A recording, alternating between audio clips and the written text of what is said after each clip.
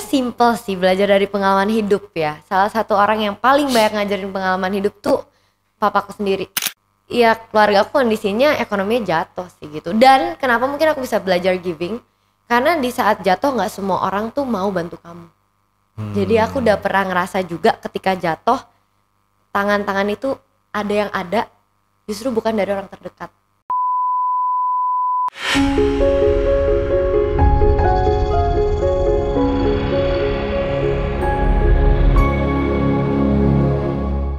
Hey everyone, kalau kalian nonton podcast ini, ada podcast tentang biografi seseorang.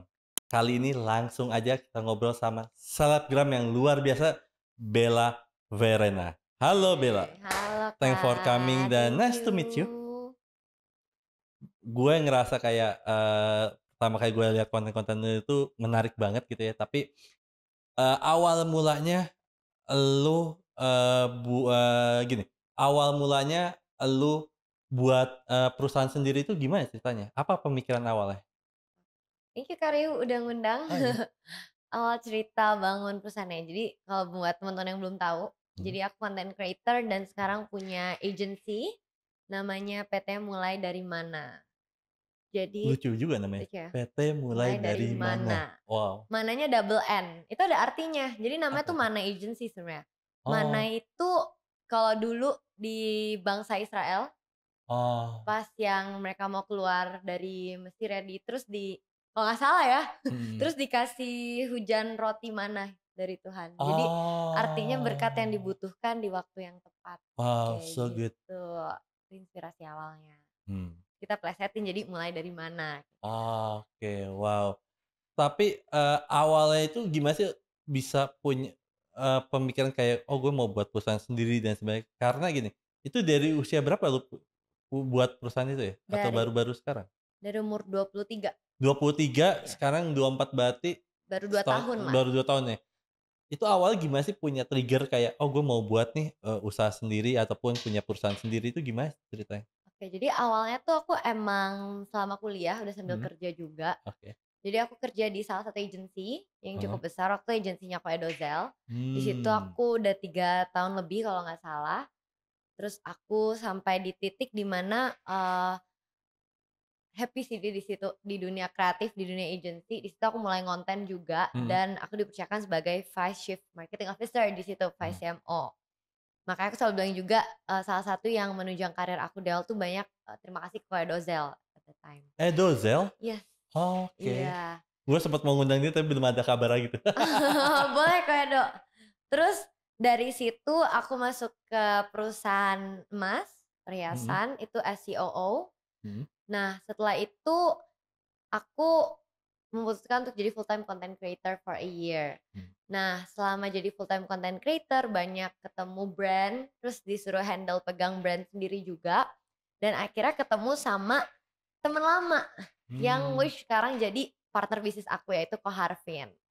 Nah, mmm. Kak Arvin ini dulu dia anak Prasmul, aku anak UMN. Jadi emang udah lama kenal gitu dari mutual friends dan aku taunya dia tuh pinter lah di angkatannya anak finance gitu. Terus dan aku suka banget marketing, dia nanya mau nggak bikin agency. Jadi selama ini karena orang udah tahu background aku agency, banyak yang nawarin mau nggak bikin agency kayak gitu. Mmm. Tapi aku selalu nolak karena aku nggak mau nyari partner yang cuma kayak invest uang gitu. Ya. Tapi aku mau partner yang memang kita grow bareng gitu. Kita belajar making mistakes, learn together gitu at the Alright. first thing. Jadi pas diajakin sama si Ko Arvin aku kayak tanya dulu mimpinya sebesar apa kayak gitu. Dan Mmm. dia kebetulan visinya sama. Dia tuh selalu mau membuat sesuatu yang bisa ngasih impact aja ke orang.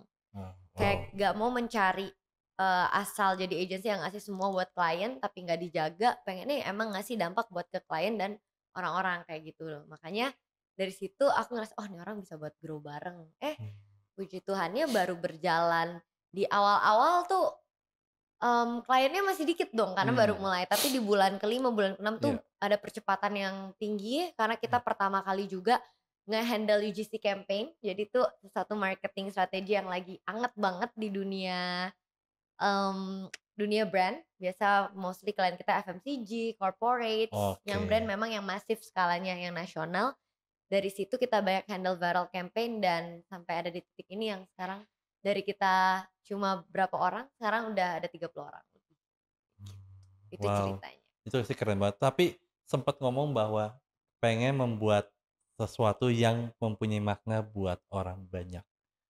Well, gue ngerasa ya ketika di era zaman sekarang gitu ya, seseorang membuat sesuatu itu jarang sekali yang punya pemikiran-pemikiran kayak lu yang dimana sama partner lu itu juga bahwa pengen membuat sesuatu yang benar-benar penuh makna. Dan itulah yang menjadi sebuah kayak value yang terbesar atau value yang benar-benar mahal yang perusahaan lu punya atau brand lu punya gitu ya. Mhm. Wow, I think it's good. Tapi gue mau lanjut sedikit tentang namanya content creator gitu ya. Lu sempat, nah ini salah satu teman-temannya gue itu tertarik sama Bella Verena itu karena dia pernah ngebahas satu konten yang menurut gue, well, gue ngerasa kayak jarang banget, bukan jarang, iya mungkin di saat zaman sekarang ini udah jarang banget ngebahas ini, yaitu ada giving. Hmm. Awal mulanya apa sih yang bikin lu kayak, oke gue mau buat konten itu sih? Ini menarik banget sih. Aku juga kaget juga ternyata dari Karya suka bagian giving. Aku nggak notice itu, ternyata ada orang yang sedengerin itu dari apa yang aku ngomong. Terus simple sih, belajar dari pengalaman hidup ya. Salah satu orang yang paling banyak ngajarin pengalaman hidup tuh papaku sendiri sama Hmm. mamaku. Makanya banyak konten aku sama papaku itu tuh nggak ada skrip sama sekali Oh wow. at all. Aku cuma nanya di tempat berdasarkan kayak papa dan anak ngobrol aja. Jadi aku dari kecil memang deket dan selalu nanya sama papaku. Terus ini tuh prinsip hidup yang papaku selalu pegang dari dulu. Jadi kalau orang-orang mungkin taunya kayak Bella sekarang enak ya well living hidupnya gitu. Aku kayak ya puji Tuhan aja kalau orang ngeliatnya kayak gitu. Tapi dulu tuh pernah keluarga aku ada di kondisi background ekonomi yang jatuh. Jadi awalnya berkecukupan tapi jatuh, bener-bener jatuh yang sampai uh, on the ground lah kita. At that time kita inget banget di saat-saat momen sulit, kita tuh yang membantu kita adalah orang yang giving ke kita. Right. Aku inget di saat waktu tuh, inget banget, jadi waktu tuh pas aku SD ceritanya, kita ini orang juga nggak tahu ya, orang mungkin ngeliatnya Bella nggak pernah naik, naik angkot gitu. Tapi pas SD pas lagi susah itu, aku sama papiku naik angkot ke sekolah, selalu ditemenin setiap hari. Nah at that time ada waktunya hari guru, semua tuh kasih bunga mawar. Oke. Wow. Aku kaget karena aku nggak bawa bunga sendiri, tapi ada yang jual bunga mawar di sekolah. Cuma dompet papiku tuh sisa 10.000, which untuk angkot balik lagi. Iya. Dan di situ ada satu teman aku ingat namanya Delvinia, dia ngasih aku mawarnya gitu. Dan nih buat kamu aja kayak gitu. Jadi ada orang yang selalu giving ke keluarga kita. Jadi aku merasa hidup aku banyak dibantu dengan orang yang giving. Kenapa aku nggak giving itu ke orang lain gitu. Dan So dari good. situ Keren tuh. papiku juga selalu ngajarin pas di saat kita udah mulai apa ya, striving gitu ya, udah mulai perlahan-lahan sedikit-sedikit naik walaupun masih belum naik juga gitu. Ingat banget Mulai bertumbuh lah. mulai bertumbuh. Papi tuh selalu ngasih uang ke satpam. Yang dia selalu bilang kayak gini, "Nak, 20.000 buat kita mungkin gak seberapa, tapi buat dia bisa jadi ngasih makan satu keluarganya untuk 2 hari. Kita gak pernah tahu seberapa arti dari 20.000 itu. Meskipun uang kita cuma 100.000, tapi 20.000 kan gak bikin kita tiba-tiba susah atau gak bisa makan. Tetap bisa makan tuh di hari itu, tapi tetap bisa ngasih makan dia sekeluarga juga kayak gitu. Jadi papi yang selalu ngajarin kamu harus bisa memberi apapun keadaannya, karena memberi itu bukan tentang nominal, tapi memberi sebagian dari yang kamu punya. Jadi yang kamu punya tuh nggak semuanya untuk diri sendiri, tapi kamu bagi ke orang lain. Itu sih. Wow. Well, menurut gua adalah di zaman sekarang, terutama Gen Z gitu ya, jarang banget mempunyai pemikiran ini dan mungkin gue boleh ngomong bahwa bokap lu itu keren banget punya pemikiran seperti itu dan akhirnya masuk ke dalam dalam hidup lu. Nah, so today let me get to know you better. Gue pengen banget kenal lu lebih lagi. Tapi tadi lu sempat ngomong bahwa lu pernah ke titik yang jatuh banget. Iya. Itu di waktu SD. Iya. Nah itu what happened? Apa yang terjadi dalam hidup? Ini aku jarang cerita ya, aku bingung. Karena Take your time. Iya ya, aku tuh jarang cerita sedih ya Kak. Jadi aku tuh bingung kalau cerita story bagian hidup aku yang tidak Take your time happy. aja. Iya, keluarga aku kondisinya ekonominya jatuh sih gitu. Dan kenapa mungkin aku bisa belajar giving? Karena di saat jatuh nggak semua orang tuh mau bantu kamu. Jadi aku udah Hmm. pernah ngerasa juga ketika jatuh, tangan-tangan itu ada yang ada, justru bukan dari orang terdekat. Jadi bukan dari orang terdekat, malah dari orang jauh, yaitu temen. Hmm. Belum tentu, makanya yang terdekat belum tentu bisa belajar bantu dengan ikhlas kayak gitu, dengan tulus. Betul. That's why, um, jadi itu prinsip yang aku pegang sama keluarga aku banget sih, belajar untuk memberi karena nggak semua orang tuh ngerti cara memberi. Hmm. Tapi gue masih penasaran lagi karena lu belum menjawab secara jelas gitu ya, Maksudnya Bingung ya? apa sih yang apa yang terjadi dalam keluarga lu sehingga bisa turun banget. Tapi sebelum itu gini deh, gue mau tracking ke belakang dulu.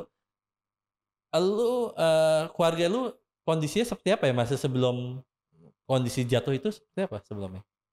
Ya oke, bagus banget. Yang kayak Hmm. ya naik turun mobil mewah semua udah oke lah. Ya Hmm. tapi pas jatuh yang benar-benar semua nggak punya rumah, nggak punya mobil, nggak punya semua. Bokap dulu kerja apa atau nyokap? Nggak tahu ya karena masih kecil. Jadi Oke. aku nggak ngerti banget kayak kenapa bisa jatuh. Itu kan jatuh pertama yang benar-benar sampai bikin nggak punya apa-apa. Hmm. Lalu udah mulai bertumbuh, ada jatuh kedua.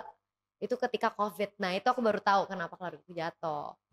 Kalau Hmm. yang kedua tuh karena COVID, keluarga aku di F&B, terus karena COVID kan kehantam banget, jadi harus tutup, bahkan sampai sekarang udah nggak ada. Dulu kita tuh punya eh, tempat restoran gede banget di dekat rumah kita, kayak lantai satunya dijadiin food court, belakangnya jadi ruangan biliar gede, terus lantai duanya jadi Oh. buat wedding hall, Chinese food, lantai tiga korek room semua gitu. Which itu kan operasional gede banget.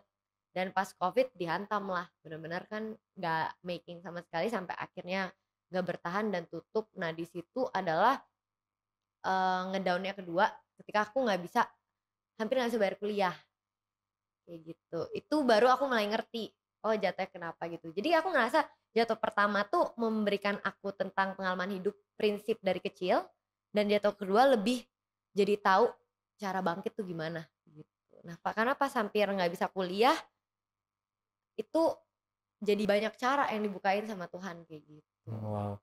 Mmm, Sorry, waktu itu kan waktu masih SD.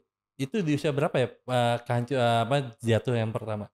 Lupa sih, mungkin 10 ya. 10 tahun. Tapi 10 tahun udah ngerti lah. Maksudnya dalam arti sudah bisa merasakan yang tadinya awalnya ada, Oh itu enak dan udah. sebagainya, jadi terpuruk banget gitu ya. Udah. Nah, dengan kondisi seperti itu, akhirnya Bella itu menjadi sosok kepribadian seperti apa ya? Perjalanan yang mungkin dalam artian yang kesusahan seperti itu ataupun, terjatuh seperti itu, akhirnya Bella dewasa seperti apa? Jadi sosok yang pengertian dan gak menuntut kali ya. Karena mungkin pas jatuh itu ngelihat orang tua langsung ya, aku ngeliat mamaku banting tulang, bener-bener sampai sekarang tuh badannya sakit-sakit kayak tangannya, kakinya, karena dulu harus ngangkat berat buat cari uang yang ya yang sedalam itulah gitu. Jadi aku tumbuh sebagai, karena orang bingung kan, anak tunggal kok nggak manja. Mungkin karena Mmm. itu. Jadi anak Iya tunggal iya. tuh ada dua tipe. Ada yang satu yang di spoil banget, Mhm. which itu aku dulu sebelumnya pas dari kecil sampai ke jadi kejadian itu, aku belajar untuk menjadi anak tunggal yang tidak manja dan tidak egois. Karena apa? Karena apapun yang terjadi di keluarga ini yang bisa nopang nanti cuma aku. Kayak Oh, gitu. tapi menarik nih, tadi lu sempet ngomong bahwa kayak, awalnya lu sempet manja banget gitu ya, Iya. akhirnya menjadi enggak. Nah, tapi proses untuk gini, awal manja banget ketika seseorang manja banget, apalagi anak tunggal gitu ya, mungkin everything diturutin gitu Iya, kayak anak salah satunya, bener, right? Nah, bener. itu hancur dan sebagainya, itu proses lu penerimaan lu sendiri gimana? Awal mah nangis-nangis terus, soalnya dulu Iya. tuh mamiku tipe gini yang setiap hari harus ke salon gitu, yang keramas nggak pernah sendiri di Oke. rumah kayak gitu. Dan ketika drop down banget gitu, kita kayak nangis-nangis lah, aku kayak gini sih gitu-gitu kan. Awal pasti menyalahkan keadaan. Pernah ada momen aku nangis banget dan ini mamiku masih inget. Sampai kita naik motor bertiga gitu, cengtri. Terus aku pulang nangis ke kamar mandi kayak kapan bisa punya mobil lagi gitu, nangis nggak bisa terima segala macam itu mah ada. Tapi lama-lama ngelihat orang tua lu susah, masa lu terus nuntut sih kayak gitu. Jadi malah kayak habis-habisan di belajar, nyari beasiswa, pokoknya yang bisa sebisa mungkin Wow. ngeringanin beban orang tua ya itu yang dilakuin lah. Wow. Apa namanya? Ketika seperti itu memang pelajaran-pelajarannya banyak banget, right? Iya. Dan gue penasaran banget ketika seseorang yang kayak lu yang tadinya mungkin baik-baik aja turun gitu ya. Gini, gue wait gini. Kalau seandainya saat itu di usia lu 10 tahun tidak mengalami hal itu dalam hidup lu terutama, lu menjadi anak yang seperti apa Wah, sekarang? egois, mau menang sendiri, manja, semua harus diturutin di hari itu juga. Itu udah pasti, aku jamin 100%. Karena pas kecil, sebelum kejadian itu, aku tipe yang kayak gitu, egois banget anaknya. Karena anak tunggal kali ya, kan terus di-spoil dari dulu ya. Misalnya dulu Anak tuh perempuan salah anak satunya. perempuan dan papiku tipe penyayang banget kan kelihatan. Dulu tuh zamannya Barbie tuh mahal kan, dari atas sampai bawah harus mereknya Barbie. Pokoknya besok mau apa harus ada kayak gitu. Jadi makanya setiap ngobrol sama mamiku dia selalu bilang itu pelajaran hidup paling mahal yang pernah kita dapetin. Jadi aku nggak pernah melihat masalah tuh sebagai beban berat, tapi aku kayak selalu jadinya peluang. Kayak justru aku bersyukur banget Tuhan ngasih aku di waktu aku kecil sehingga pembentukan karakternya itu Right. udah aku dapetin lebih dulu. Mungkin kalau di umur 20-an baru aku ngerasain atau 30-an aku nggak tahu ya apakah halnya sama atau gimana gitu. Well, kalau lu bisa balik ke masa lalu di usia berapapun gitu, lu pengen ketemu diri lu sendiri di usia berapa? Dan ketika lu ketemu di usia tersebut, lu peluk dan kira-kira lu ngomong apa ke dia? Wah, gila. Aku gak pernah pikiran ini sih guys. Aku juga gak pernah cerita ini kemana-mana ya Kak. Jadi first time aku cerita. Karena karena aku jarang cerita sih orangnya tentang diri sendiri ya. Kalau mau balik sih justru aku pengen baliknya ke masa aku yang umur 10 tahun. Terus aku bilang makasih ya udah jadi anak yang bisa mengerti dunia bekerja walaupun belum seharusnya.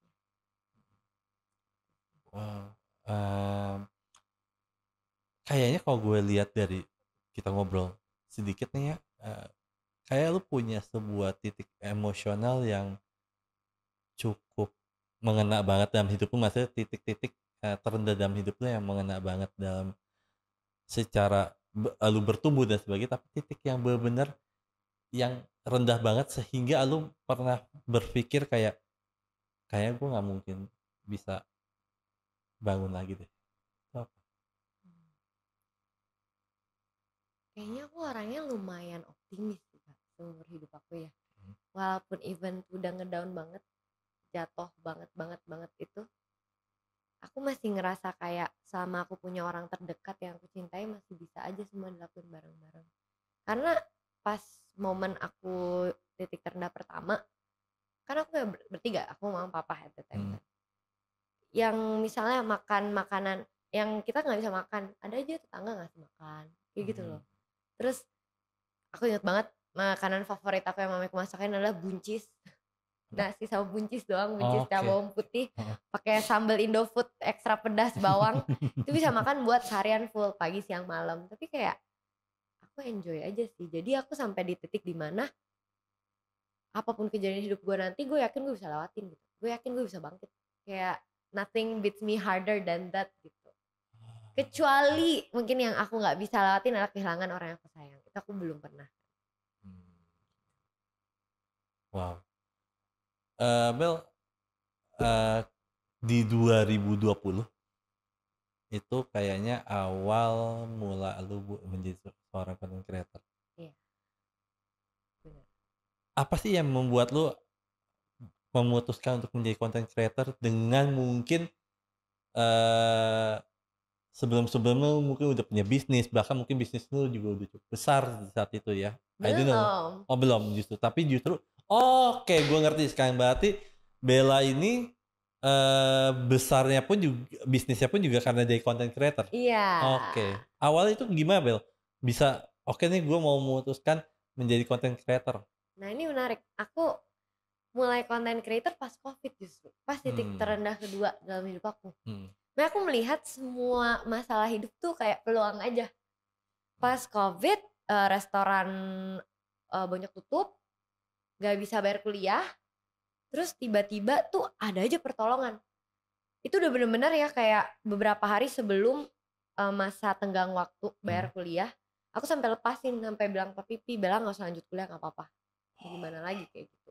Padahal tempat kuliahku gak mahal-mahal amat gitu loh. Cuma emang gak ada uangnya saat itu, bener-bener gak punya. Terus ternyata ada beasiswa, aku dapat beasiswa di semester itu, which aku cuma perlu bayar 5 juta doang per semester. Dan waktu itu dapat beasiswa akademik, jadi top 10 student di angkatan lah, di major aku. Itu udah puji Tuhan 5 juta, itu pun minjem waktu TET. Dapat, tapi udah dibalikin langsung. Nah terus di saat nggak, gue nggak nanya loh, lo yang jawab sendiri loh. Ya biar ya gitulah hidup ya. Terus pas COVID itu rezeki orang tua ditutup, mungkin rezeki aku dibuka. Mama itu selalu bilang gitu. Tiba-tiba dapet tawaran kerja jadi content creator di agensi Koedozel. Nah dengan gaji yang nominalnya sama persis sama cicilan mobilku. Jadi lucunya sebelum COVID, sebulan sebelum COVID, kan masih baik-baik aja nih keluarga kan, kondisi masih oke aja kan, gak ada yang tahu COVID ya. Papiku tuh beliin mobil nyicil buat aku, buat kuliah. Tiba-tiba sebulan kemudian COVID, mampus siapa yang bayar cicilan nih kayak gitu. Ternyata dapat tawaran kerja dengan gaji untuk nutupin cicilan, jadi udah pas. Terus tiba-tiba kosan aku, ibu kosnya karena COVID jadi cuma 500.000 per bulan. Jadi semua tuh dipermudah, diperlancar. Nah dari situ pertama kali aku, oh ya udah deh, aku kerja di agensi jadi content creator. Nah pas di situ juga COVID, kebetulan deket rumah aku tuh deket stasiun TV. Jadi pertama kali juga aku dapet job host. Dulu aku host di Global TV. Kayak gue kayak sempat ngeliat tapi gue lupa. Nah itu juga karena COVID gak bisa nyari host luar kota gitu. Jadi yang deket rumah kayak bisa unik semua banget ya. Pas gitu kayak ada aja jalannya gitu saat kita gak mengeluh atau memberat-beratkan masalah kan. Walaupun at that time berat, tapi aku nganggepnya gak mau gue beratin gitu loh. Jadi starting pointnya ngonten karena masuk agensi Koedo. Nah pas di agensi itu Koedo kan nge-encourage banget buat bikin konten. Bahkan kalau sekarang nge-scroll YouTube-nya Koedo itu isinya masih nge-review makanan semua sama aku dulu. Jadi selalu dibawa sama Koedo kemana-mana, kenalan sama content creator, youtuber gitu-gitu. Oh terus di-encourage bikin konten. Jadi Koedo suka ajak makan, review YouTube, aku review juga lah di TikTok, Instagram. Jadi awalnya itu aku food blogger, Bella Belly namanya. Awalnya justru food blogger. Yes, karena kan ngikut Koedo, dia konten makanan. Ya gratis, ya udah aku juga ngonten aja kayak gitu. Kalau nggak mau makan mahal itu dari mana gitu kan. Jadi Bella Belly namanya. Jadi kemanapun aku ya udah review lah tempat makan gitu-gitu. So dari situ baru belajar konten, dapat endorsan untuk makan. Ya murah-murah kecil-kecilan, tapi kan seenggaknya jadi ada uang sampingan. Terus udah deh berkembang jadi content creator. Wow. Tapi gini, gue penasaran Mbak. Banyak mungkin di luar sana mungkin sosial lu, kayak sosial lu mungkin di bawah usia lu juga gitu ya. Generasi Gen Z gitu ya, yang dia dimana pengen menjadi seorang content creator, tetapi kita tahu bahwa menjadi content creator itu dalam artian kita yang paling beratnya ada konsisten. Karena mikir idenya, mungkin mikir ide jauh lebih mudah, tetapi menjadi orang konsisten itu yang susah. Karena gini, konsisten itu kan bisa terjadi apabila kalau misalkan entah itu viewers, entah itu engagement, entah itu comment, entah itu love atau share-nya mereka mungkin cukup besar gitu. Tapi kan ya ketika lu pun awal-awal buat content creator pun bahkan nggak ada yang belum ada yang nonton sama sekali. Mungkin 1-2 biji, mungkin paling banyak berapa sih? Paling 10-20 orang gitu ya. Nah tapi bagaimana kasih tau ke teman-teman dong, yang baru-baru membuat konten menjadi content creator mungkin Instagram utama gitu, itu gimana ya caranya untuk menjadi konsisten? Bagaimana untuk tetap bisa bangun pagi untuk kayak ngelakuin apa ya, mungkin konten itu menjadi sebuah aktivitas bukan menjadi sebuah tuntutan, itu Mmm, gimana? oke. Yang pertama jangan terpaku sama numbers sih. Oke. Itu walaupun aku sampai detik ini paling banyak goyahnya di numbers kan. Iya, heeh. Ketika views-nya kecil, engagement kecil langsung, "Ngapain sih gue buat konten nggak ada yang lihat," gitu kan. Iya, Jadi yang heeh. pertama jangan terpaku sama numbers tapi terpaku sama value yang mau kamu bagiin. Mmm. Ini aku belajar banget. Justru puji Tuhannya aku pas jadi content creator awalnya ketemu Koedo. Mmm. Koedo tuh ngasih tahu, viral tuh hal paling gampang. Tapi Mmm. mempertahankan kamu viral itu yang susah. Dan gimana cara mempertahankan kamu cuma perlu konsisten bangun value kamu itu.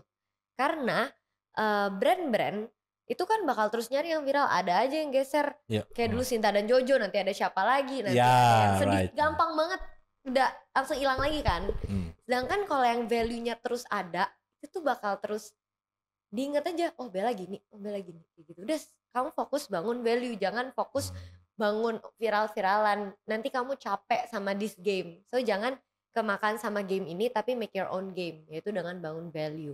Jadi dari awal tuh aku udah diajarin sama Koedo gitu, jadi aku nggak gampang sedih kalau misalnya bisa kecil, engagementnya kecil, karena aku tahu what I'm doing.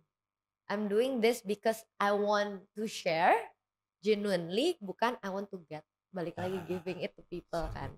Aku selalu bilang, ini salah satu mungkin apa ya, kayak tujuan hidupku aku mungkin udah tahu ya. Aku selalu bilang aku ini cuma perpanjangan tangan Tuhan. Jadi apapun yang Tuhan mau kasih, ya udah aku lakuin aja.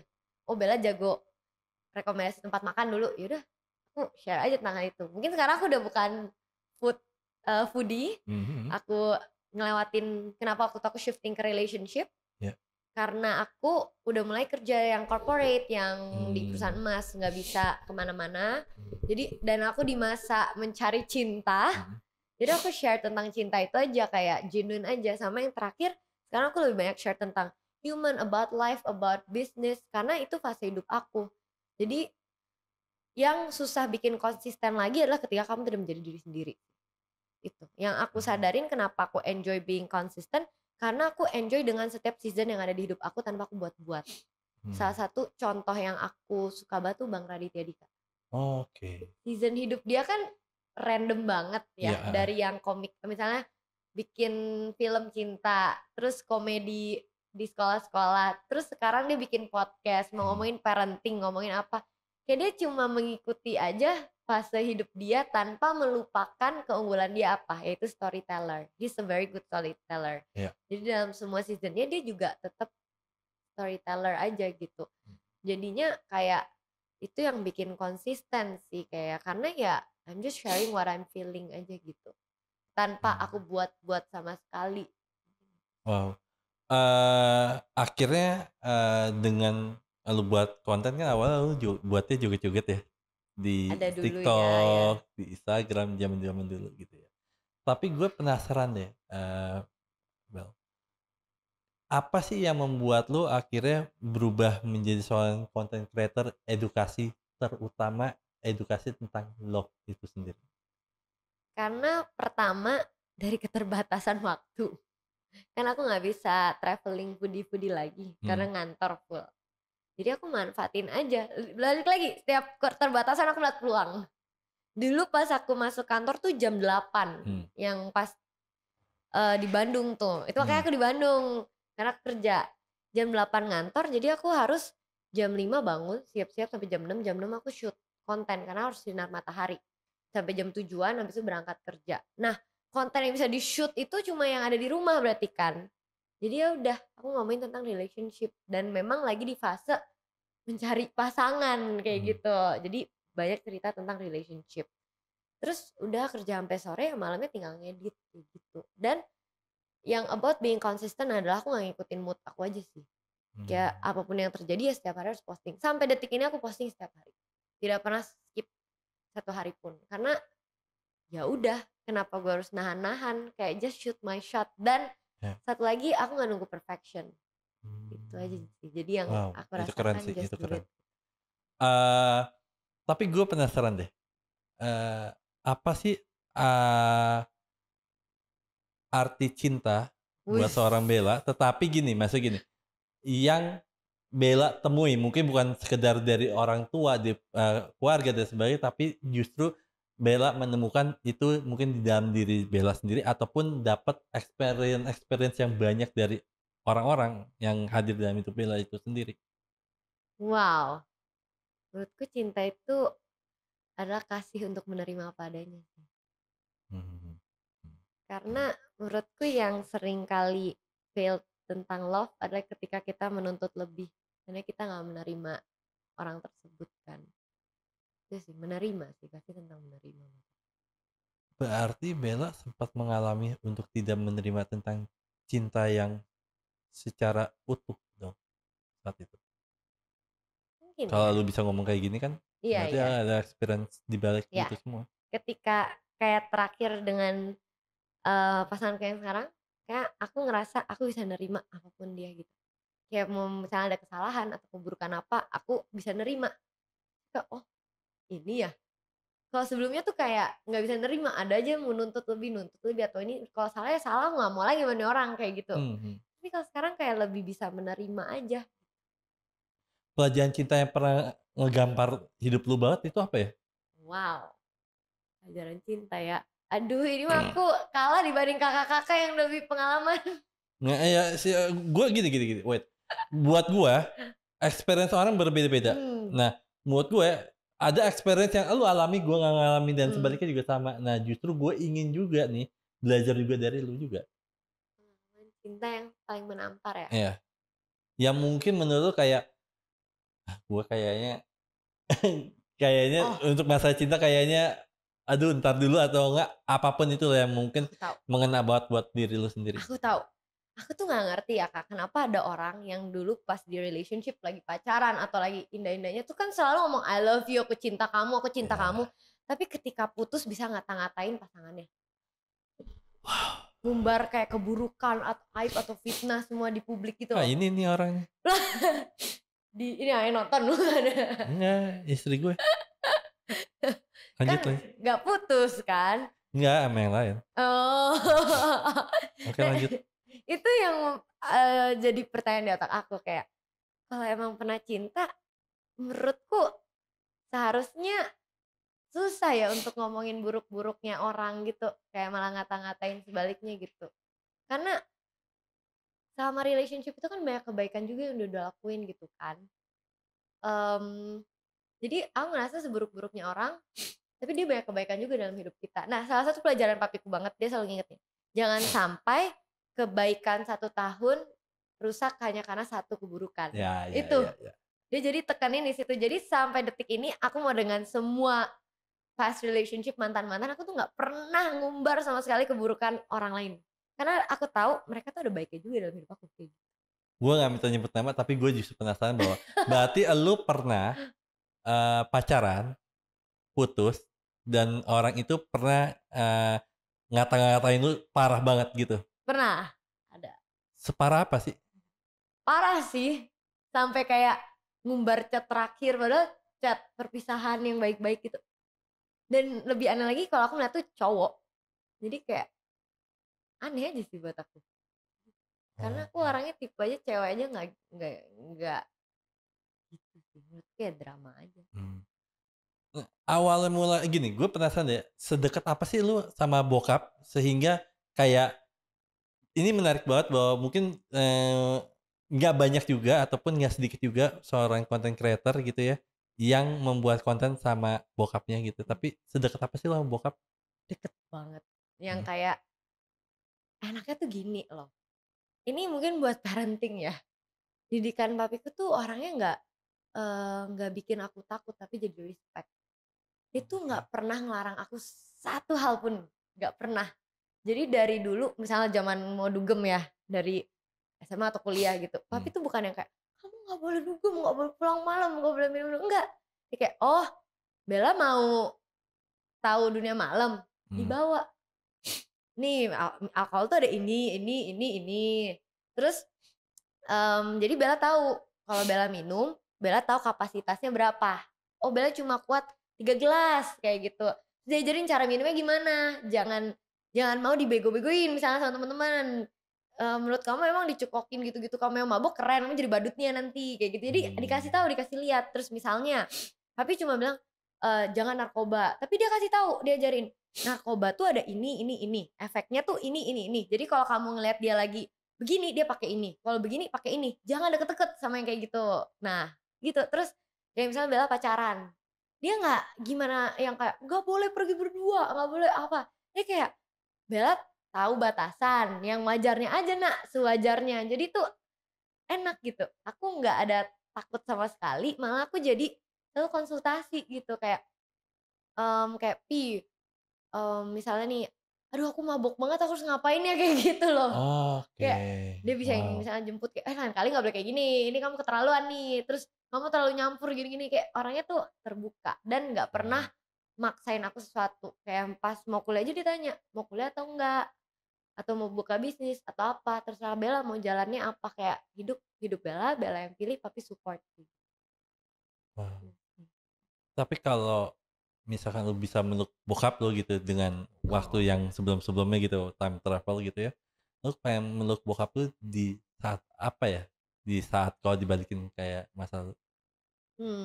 Kalau sama papi sedih nih aku, terharu. Eee, di saat papi susah kali ya, kayak, namanya cowok mungkin ya, nggak mau kelihatan susah di depan istri dan anak ya. Kayak, "Please papi jangan nutup-nutupin," gitu. Kalau emang lagi susah kasih tahu aja apa yang Bella bisa bantu, kayak gitu. Tapi berarti bokap lu tuh pernah mengalami kesusahan parah ataupun kondisi yang mungkin terpuruk banget gitu ya, yang sehingga menutupi, dari lu gitu ya. Nah ketika lu tahu, perasaan lu seperti apa ya saat itu? Sedih sih, hancur banget sih pasti. Kayak gila pasti. Sedih sih. Paling sama aku juga thank you sih kalau papi udah nyaingin aku tanpa syarat sih, itu yang hebat.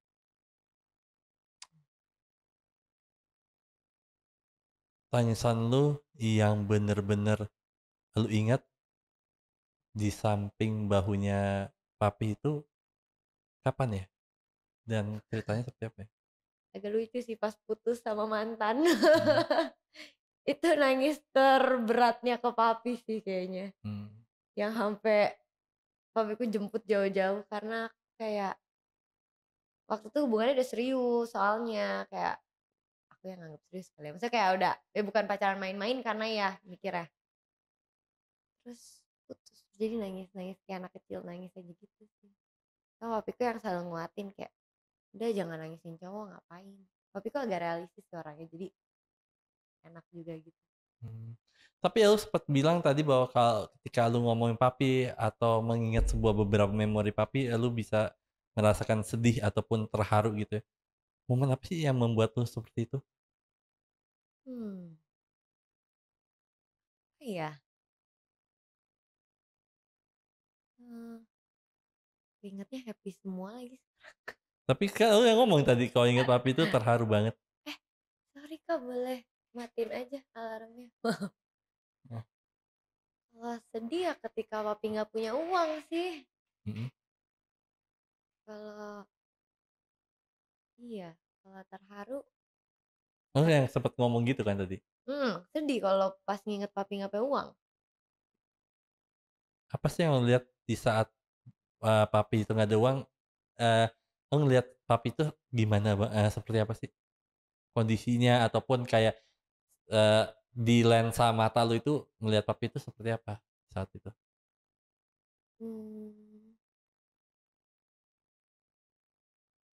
sebagai sosok ayah yang kehilangan kekuatannya. Karena kan biasa cowok punya ego pride-nya gitu Iya. kan. Ketika semua itu hilang kayak, "Dia aja ya, kasihan ya." Kayak seharusnya papa nggak gini gitu, seharusnya masih bisa berdiri tegak dan kuat gitu. Kapan akhirnya lu menyadari bokap lu itu manusia biasa, yang masih bisa hancur, yang masih bisa terjatuh? pas titik yang pertama, titik rendah pertama gitu. Tapi aku lebih salut sama mamiku sih, karena lebih kuat. Mmm. Iya ya, justru gue jadi penasaran juga tuh, kayak lu itu kayak di Instagram lu, di TikTok lu, itu lu kontennya berdua sama papi mulu. Mhm. What happened? Kenapa nyokap nggak dibawa-bawa? Karena nggak mau ada di konten aja sih. Oh gitu. Tapi justru pelajaran hidup yang bikin aku tangguh tuh dari mami semua. Kalau Mmm. papi itu yang bikin aku terbuka dengan dunia, ini realitanya, yang belajar lebih ke human. Kalau mami tuh bikin jadi cewek yang tangguh, nggak boleh lemah, nggak boleh manja, dan ngajarin aku tentang kesetiaan juga. Wow. Tapi hubungan lu sama nyokap tuh seperti apa ya? Soalnya kan lu banyakan yang gue tahu, apalagi kontennya gitu, bokap bokap Iya, bokap iya. bokap gitu ya. Justru gue ingin tahu. Deket banget juga sih. Mhm, Cuma kalau karena posisinya sekarang aku udah lebih gede kali ya, mhm, kayak yang lebih banyak menanggung, lebih banyak memberi untuk keluarga. mhm, Jadi aku ngerasa kayak role aku sekarang lebih ke apa ya? Mungkin jatuhnya someone yang mereka bergantung sama aku gitu. Jadi kalau ke mama tuh role aku lebih aku pengen jagain, aku pengen take care. Yang even until sekarang aku tuh kasih uang bulanan ke mama, semua kasih mama gitu. Mama tuh jadi sosok yang pengen bener-bener aku jagain gitu. Karena aku ngerasa dulu mama yang udah kerja keras gila banget, sekarang waktunya aku yang lindungin gitu. berarti di saat bokap lu terjatuh itu berarti yang berusaha mungkin di saat itu ya, yang berusaha keras banget juga nyokap. Iya, tangguh banget. Nyokap ngelakuin apa? Jualan, dia jago masak, Mmm, jualan bakwan goreng, jualan bakmi, jualan mmm, masak semua dia. wow. Dia kuat. Oh, Mel, tapi gini, gue melihat lu seorang influencer yang cantik, gue melihat lu ada seorang influencer yang pintar gitu ya, dan Amin. konten-konten lu banyak mengedukasi banyak orang gitu ya. Tetapi gue justru ingin tahu bahwa apa sih yang orang banyak salah persepsi seorang Bella itu apa sih? Hmm. Mungkin lu punya banyak followers gitu ya, tapi orang followers tuh mungkin taunya tentang diri lu A gitu ya, tapi justru sebenarnya yang lu pengen tunjukin, tapi justru lu kayak gue nggak bisa nunjukin ke mereka deh nih, tentang Iya sisi lu sih. yang mungkin B atau C atau apapun itu. Hmm, menarik ya. Aku suka bingung ya sebenarnya. Aku makanya jarang ke podcast. Aku tuh bingung buat cerita. Kak. Aku tuh di Take your sosmed, time. di sosmed kan kayak kelihatannya kayak we're telling everything, Hmm, padahal sebenarnya enggak gitu. hmm, Karena cerita yang pribadi justru aku nggak pernah cerita di sosmed kan. Dan aku orangnya sebenarnya tertutup kalau aslinya. Kayak hmm, cuma orang terdekat gitu. Terus kayak aku cerita misalnya perjalanan hidup kayak gini tuh, aku nggak pernah cerita di sosmed karena orang ngira aku tuh ya udah anak well spoiled aja gitu. hmm. Jadi aku Orang taunya lu ya lurus aja, baik-baik aja. iya, kayak mana sih, susah apa sih, dan aku nggak mau kayak menjual kesedihan gitu loh. Jadi kayak ya udahlah kayak nikmatin aja deh orang ngomong apa. Cuma mungkin yang orang nggak tahu daya juang di belakangnya kali ya, yang kayak bisa ada di titik ini karena perjuangan di belakangnya yang gila-gilaan banget gitu juga. Kayak mungkin sekarang misalnya udah bisa naik mobil apa gitu, dulu pas awal-awal aku bener-bener naik Transjakarta, itu orang bener-bener gak ada yang tahu, naik Hmm. Transjakarta hempit-hempitan pakai jaket yang sampai sempit, yang sampai ke Jakarta, naik Gojek lagi hujan-hujanan gitu-gitu orang nggak tahu. Cuma ya aku juga ngasih tahu juga sih kayak jadi apapun yang ada di media sosial tuh ya adalah pelajaran hidup yang aku dapatkan kayak gitu. Wow. Eee, gini, pasti lu pernah ngalamin ketika lu lagi capek-capeknya gitu, karena lu mungkin sorot dengan banyak publik dalam arti kayak followers lu, orang nonton, orang lihat gitu ya, yang di mana lu satu momen itu kayak, "Gue pengen ngelepasin topeng gue." You know lah ya, ngerti Ah, maksud gue? Karena kan iya, setiap manusia mempunyai topeng. iya, Menurut gue itu salah nggak? Nggak ada yang salah menurut gue, karena itu normal hmm. gitu. Nah, tapi ada nggak satu momen yang pengen lu lepas topeng lu, tetapi kayak akhirnya lu kayak ngerasa kayak, "Gue pengen banget lepas topeng gue nih, pengen menjadi seorang Bella Verena Mhm, yang seapa adanya, seasli-aslinya." Mungkin kalau lu lagi bete pengen marah, ataupun iya, lu lagi pengen apa, tapi justru lu nggak bisa. Itu momennya apa, Bel? ada sih kayaknya akhir-akhir nih menurut aku yang aku pengen banget lakuin adalah private account IG sih. Bener-bener nggak pakai followers, Bella yang Berarti lu pengen punya second account? lebih tepatnya nggak pengen punya account, kayak gitu. Karena aku orangnya sebenarnya gak suka main media sosial. Jadi aku Mmm, nggak pernah scroll story, nggak pernah scroll IG, itu jarang gitu loh. Jadi aku cuma posting tapi aku nggak lihat, makanya aku jarang lihat komen, jarang jadi aku nggak gitu tergoceh dengan komen netizen juga sebenarnya. Mungkin kan orang ada yang kayak misalnya komen negatif langsung sedih gitu. mmm, Aku aja bahkan nggak lihat gitu, jadi aku nggak tahu sama sekali dan ya udah gitu. Aku pengen banget tuh kayak menurut aku ketika aku udah sukses dan yang aku inginkan untuk istirahat adalah tidak mempunyai media sosial sih. Karena menurutku enak jadi nggak ada kewajiban buat posting, kewajiban balas komen, kewajiban balas apa. Tapi di setiap aku mikir gitu, aku bantah lagi. Tuhan kasih aku posisi ini karena pasti ada maksudnya kan. right. Tandanya tugas aku belum selesai. Tuhan masih mau ngomong lewat aku. Dikasih audiens kayak gini, dikasih teman-teman yang nonton, tandanya masih banyak yang mau disampaikan di hidup aku. Jadi ya bikin aku buat ya udahlah keep going lagi lah kayak gitu. Wow, wow, wow. Iya, jadi gue ngerasa kayak gini loh, kadang-kadang sosial media itu akhirnya ketika kita menjadi seorang content creator gitu ya, mungkin awal-awal kayak happy-happy aja, kayak semangat aja, kayak, "Ih seru ih buat ini." Tapi ketika kita menjadi hal ini menjadi sebuah komersil, Iya, ataupun menjadi sebuah titik yang gue rasa kayak, di titik tertentu yang kita ngerasa kayak,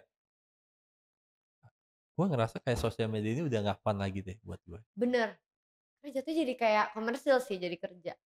Sama jatuhnya jadi ngasih makan orang rasanya. Iya, heeh. Bener-bener, aku ngerasain itu sih. Kita kehilangan, maybe mungkin seringkali kita kehilangan dengan jati diri kita, sehingga kita kayak mau nunjukin yang orang ingin tahu, yang orang pengen lihatnya A, kita ya udah kita kasih A. Padahal kita sendiri pengen nunjukin kita itu sebenarnya B loh, bukan A. Nah, Bener. itu menjadi sebuah kayak problematika buat Wow, secara personal lu gak sih? itu identity crisis-nya content creator deh kayaknya. Kalau di hidup kan identity crisis katanya di 25 tahun ya. Iya, heeh. Kalau di creator kayak berapa bulan sekali deh. Iya iya iya. Jadi, nah aku tuh identity crisis terbesar pas dari relationships berubah jadi life lessons, apalagi bisnis. Oke. Nah, TikTok aku tuh udah sukanya love life, relationships.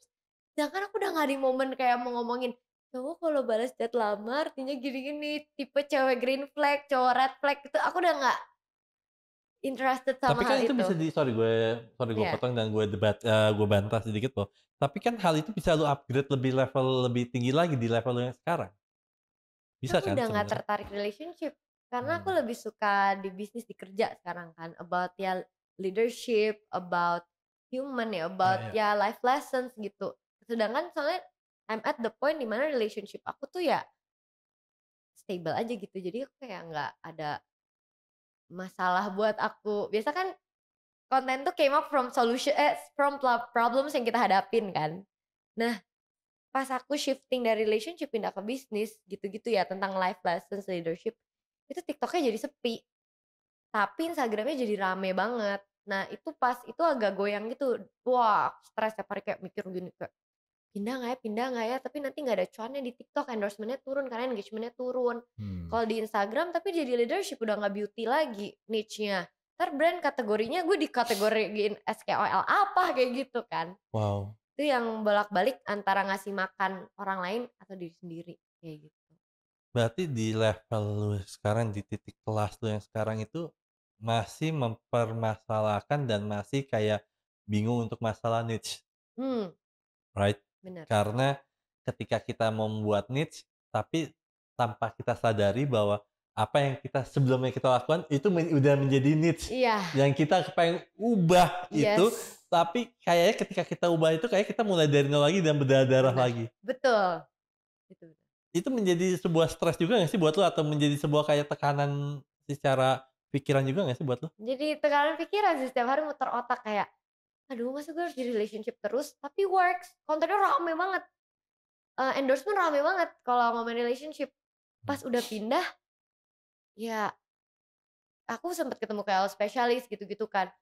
Iya mereka soalnya nyarinya beauty aja, gue kayak, "Loh gue udah bukan beauty ya?" Jadinya kayak, "Oh brand udah nggak ngeliat gue sebagai beauty? Lah terus nanti yang endorse gue siapa?" Kayak gitu, kayak, wah setiap hari muter gimana ya, ngikutin yang mana ya, tapi ya udah, akhirnya memilih untuk ngikutin season hidup aja, karena pasti nanti ada yang kita attract lagi. Dengan lo bermasalah dengan hal ini, jadi sulit nggak sih akhirnya, menjadi sulit nggak sih buat lu secara personal untuk menemukan identitas lu sendiri? Awalnya iya, Heeh. tapi akhirnya aku ngikutin, ya udah Bella ikutin season hidup Bella aja tanpa mikirin the numbers, tanpa mikirin engagement. Karena the real you will attract the real ones juga kan. Makanya aku ada hashtag yang series Journey to Girl Boss. Aku bikin titik-titik per 30. Itu bikin aku konsisten. Oke gue harus selesai sampai 30 kayak gitu. Emang ini yang gue jalanin. Jadi nanti ketika misalnya engagement turun apa-apa, tetap harus selesai, tetap konsisten. Tuh jadi salah satu cara buat konsisten kayak gitu. Susah nggak sih ngatur waktunya menjadi seorang content creator juga, menjadi seorang pembisnis juga, itu susah nggak sih ngatur waktunya? Susah banget sih. Kayaknya itu the hardest thing yang kalau aku nonton podcast Kak Radit sama Kak Arif Muhammad juga ngomongnya kayak gitu. Paling susah tuh jadi content creator dan pembisnis. Karena pembisnis tuh udah asik di belakang kan. Dan aku juga enjoy. Jadi aku setiap hari ngantor tuh 9 sampai 6 bahkan lebih kan. Jadi dan aku suka olahraga. Jadi tuh susah banget buat ngaturnya. Caranya jadi aku kalau ngonten tuh banking. Jadi sekali ngonten misalnya 4 konten langsung. Kalau, TikTok mungkin lebih gampang langsung 7 konten buat seminggu kayak gitu. Mau nggak Makanya itu. mau berdarah-darah di situ sih. Mmm, Tapi kalau you nggak do extra miles you nggak bakal dapet extra achievements juga. ya Jadi I ya know. udah. Ya gue ngerti sih masalah part of itu ya. Iya, Cuman aku jadi kayak, "Ya udah deh, terima aja." ya, tapi gini, kalau misalkan waktu ini bisa berhenti sesaat aja mungkin Hmm, 2 menit, 3 menit gitu ya, terus pengen ngomong apa sih sama diri lu sendiri yang dalam? mmm, Bella bangga sama diri sendiri. You did great. You never being less. Karena aku tipe yang selalu suka nyalain diri sendiri. Kurang kurang kurang kurang, kayak nggak pernah cukup gitu. Kayak dengan apa yang ada sekarang, "Kurang ya Bel, kok cuma gini doang, kok segitu doang." Kalau bisa semua berhenti kayak aku mau bilang kayak, "Bel, lo tuh udah cukup, jangan selalu merasa kurang." Apa sih yang membuat lu akhirnya menjadi seseorang yang sering banget menyalahkan diri lu sendiri gitu? Oke, Kejadian apa yang akhirnya lu menjadi sebuah punya habit atau kebiasaan mmm, yang akhirnya kayak, ya gue jadi seneng nyalain diri gue sendiri? apa ya, menarik juga ya. Apa karena anak tunggal nggak ada yang diributin kali ya, nggak bisa nyalain kakak atau adik kali ya? Dan oh, sama aku tuh paling kesel kalau pas dulu ya, kalau orang tua berantem, dua-duanya nyalahinnya ke aku doang gitu. Misalnya kalau lagi kesel, Mmm, entar bokap, "Kamu sih mirip mami kamu," gitu, entar mami, mmm, "Kamu mirip papi kamu," gitu kan. Jadi mmm, kayak semua salahnya di aku terus ya, kayak mmm. lama-lama nggak ada orang buat aku salahin, jadi ya udah diri sendiri aja. Ketika dunia ini misalkan gini, ketika dunia ini banyak menyalahkan lu, lu sebenarnya pengen ngomong apa ke dunia? Mmm, stop enjoy kayak gitu. What? Stop salahin diri gua kayak gitu paling. Mmm. Kayak, tapi bingung karena yang nyalahin diri sendiri juga aku.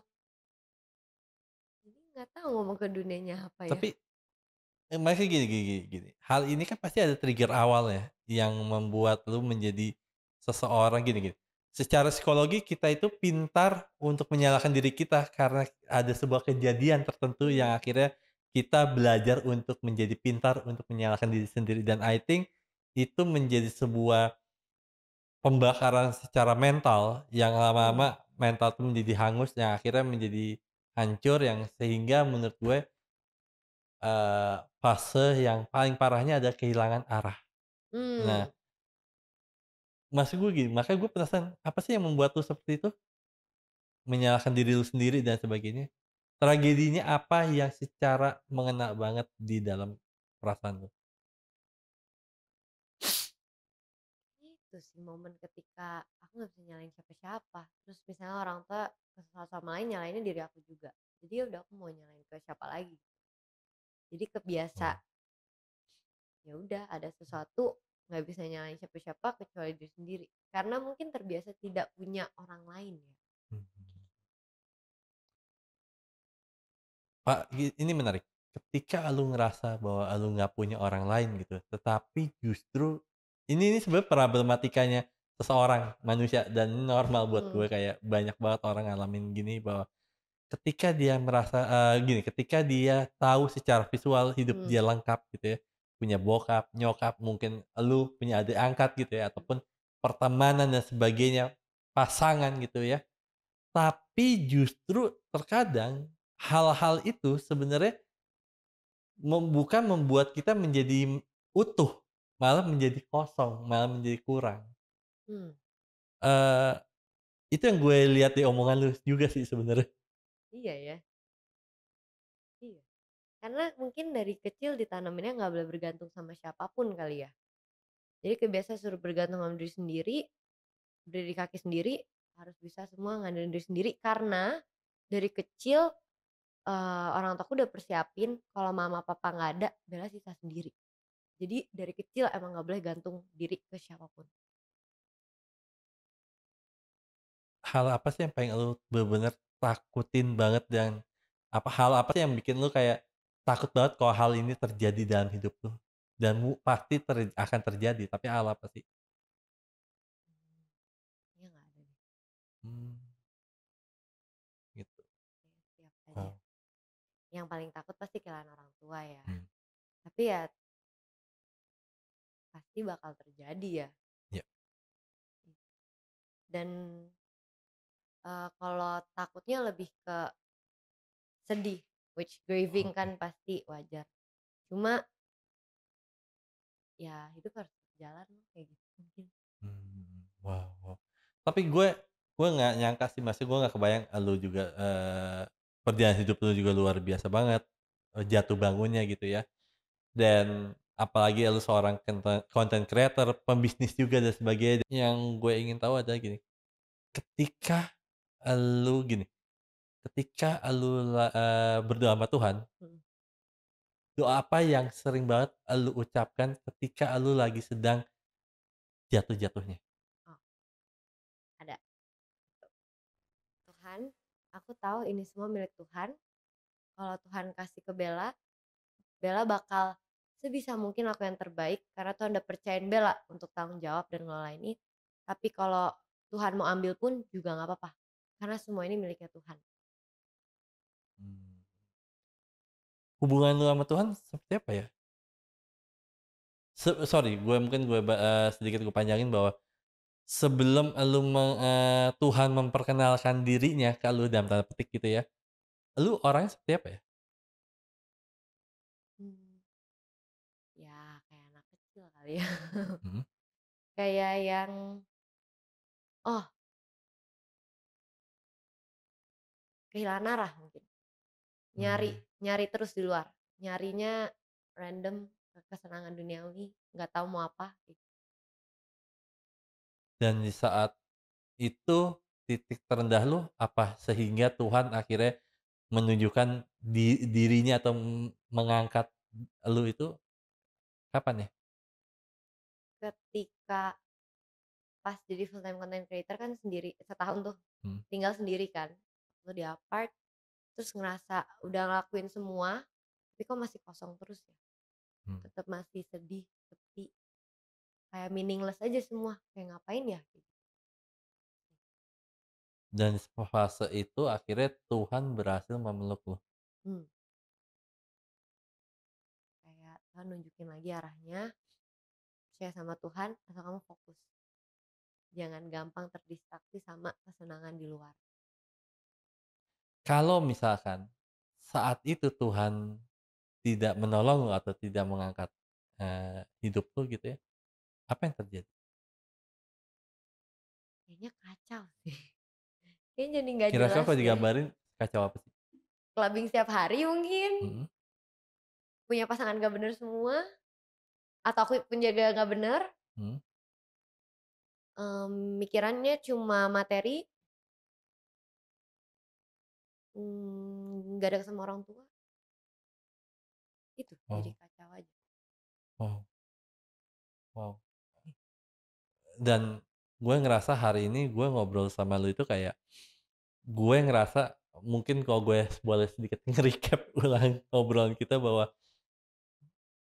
elu terlahir di keluarga yang mungkin berada gitu ya, tapi di satu perjalanan hidup, elu gitu ya, Tuhan memberikan sebuah mungkin maybe sebuah earthquake, mungkin gempa bumi buat hidup lu gitu ya, sehingga lu musti susah, lu musti naik apa tadi, bis atau something gitu ya, Kayak angkot gitu-gitu. angkot dan sebagainya. Nah, justru, Tuhan memberikan hal ini semua ke lu, justru untuk, lu belajar untuk jadi manusia.